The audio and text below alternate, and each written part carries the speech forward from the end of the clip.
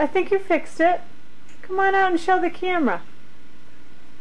Here comes Abby out of the bathroom, and it's the day after the first day of spring, and Abby's wearing a spring hat. Twirl around for us, Abby. Oh, it's beautiful.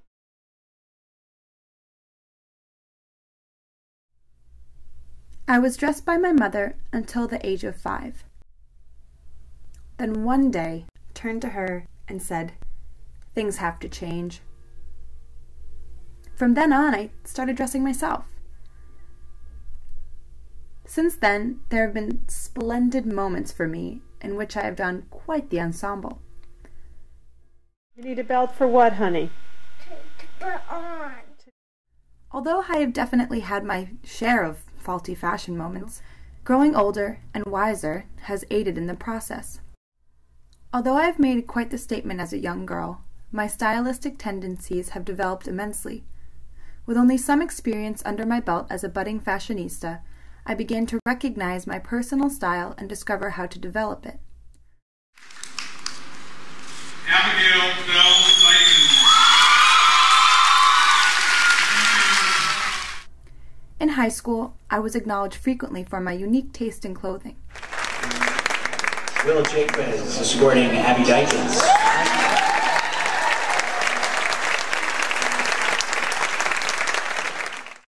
My peers would constantly inquire, "Where did you get that?" Give me compliments such as, "How are you so put together?"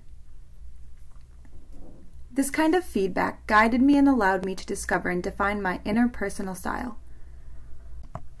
Since my first day at Mount Holyoke, my friends constantly raided my closet for things to wear on the weekends.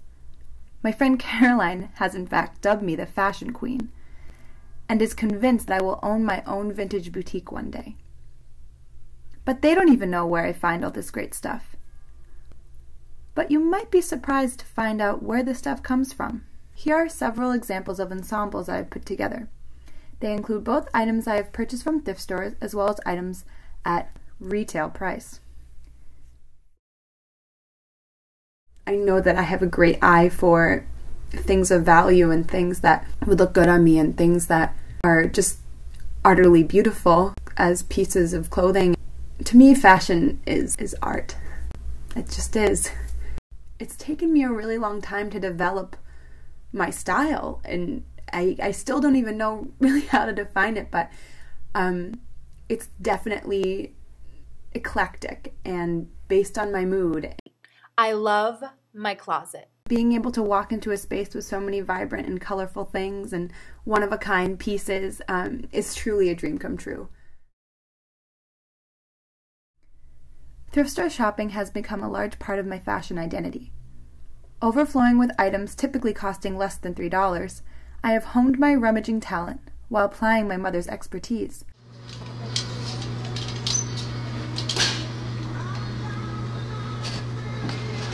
Is that too small, Auntie? No, that looks good. Is it, gosh. 3 to 6 months. What I find so interesting about thrift stores, yard sales, and vintage stores is the notion that they're one-of-a-kind pieces. Did you see the dress back?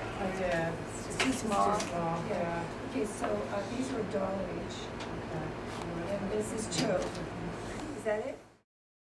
My mother has been one of the biggest influences in my life concerning shopping. Her creativity is what has impacted me the most. As a freelance artist, her eye was something genetic, for it has been generously passed down to me.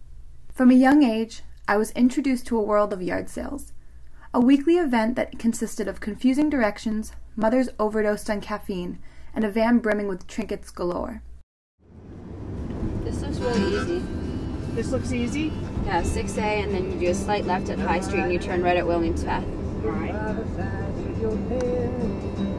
And keep your eyes wide, the chance won't come again. And don't speak too soon, for the wheel's still in spin. And there's no telling who it is naming. But the loser and I will be later to win. For the times they are changing. This event occurred every Saturday, and it was something my mother took pride in sharing with me.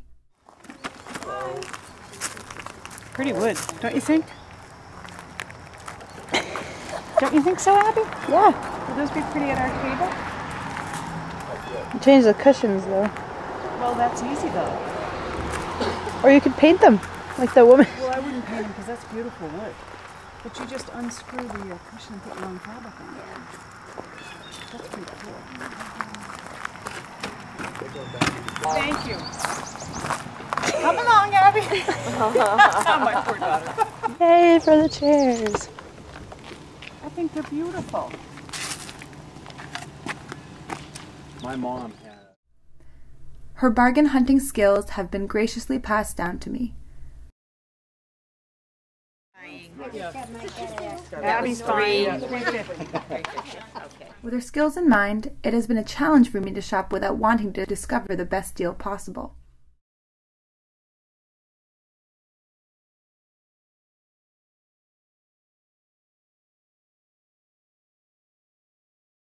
I am an extremely creative person. I have always been that way, thanks to my mother.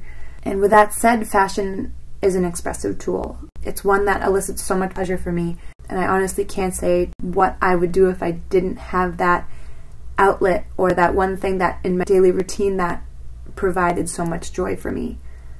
Not only is dressing my creative outlet, my closet itself is therapeutic. I love going into it and just standing there. It relaxes me. I don't know why. I just take pride in the things that I have found, and it's just so much fun to walk in there and be like, I'm gonna wear that today just because I can. It's something that I love, and I can't help it. I truly cannot help being in love with fashion and clothes. I can't.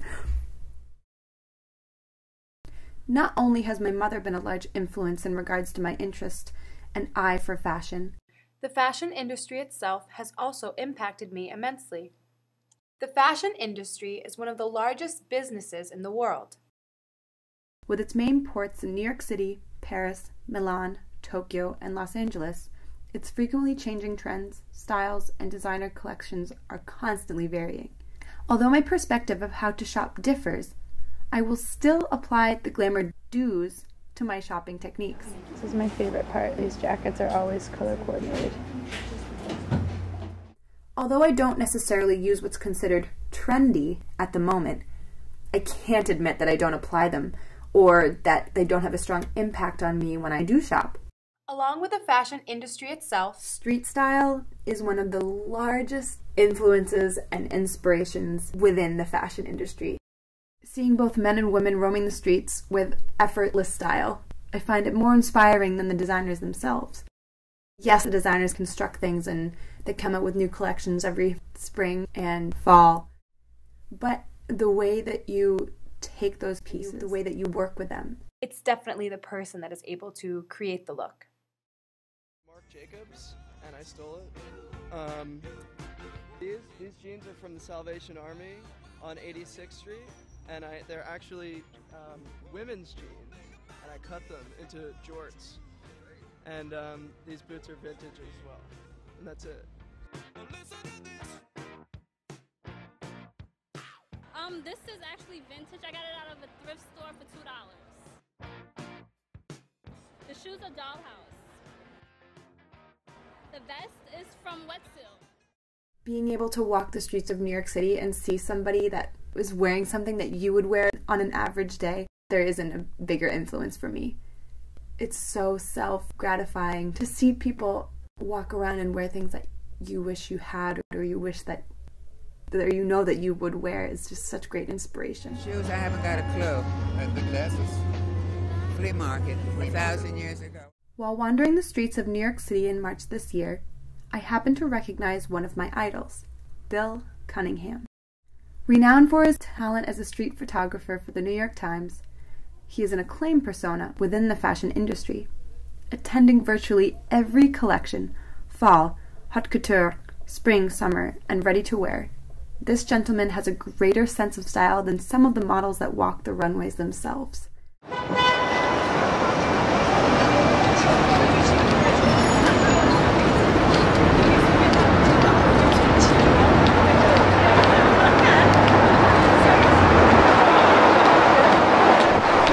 Ironically, one wouldn't typically recognize Mr. Cunningham, for he blends in with a chaotic crowd of New Yorkers filing from block to block. I kindly introduced myself and informed him of how much I admired his work. He reluctantly told me he wasn't able to do any interviews, considering he was on the job. But I think meeting him was more than sufficient for me. At the age of 22, I have almost developed a complete sense of what my style entails. Over the years, it has been an adventure à la mode.